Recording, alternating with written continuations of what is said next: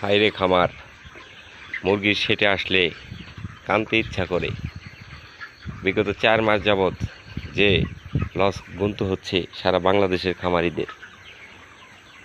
বর্তমানে এই মুরগিটি 170 টাকা বেচলে খামারির কোনো মতো আসল আসে, বাজার 126 টাকা।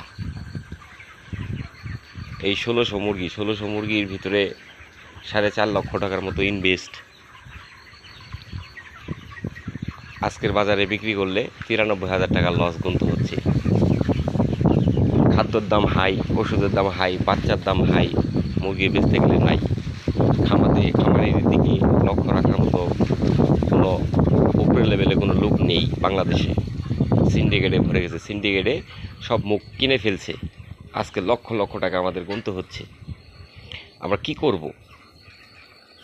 জায়গা জমি বেচে খামার বেকারত্ব দূর করার জন্যে, বেকারত্ব দূর তো দূরের কথা, ঋণগ্রস্ত হয়ে যাচ্ছি, হাই উতাস দেখছি।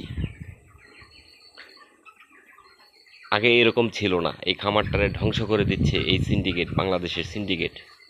বড় বড় রাঘব বোয়ালের মুখ কিনে ফেলছে, ধ্বংস হচ্ছে সাধারণ খামারিরা, ব্যবসায়িকরা।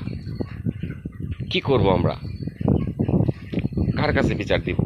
কাকে বলবো? কানতে ইচ্ছা করে। যা হোক, ঈদের আগে 1,10,000 টাকা লস,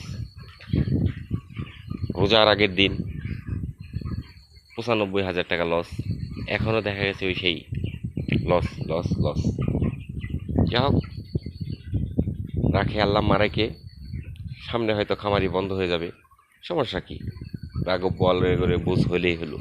রাখি, আসসালামু আলাইকুম।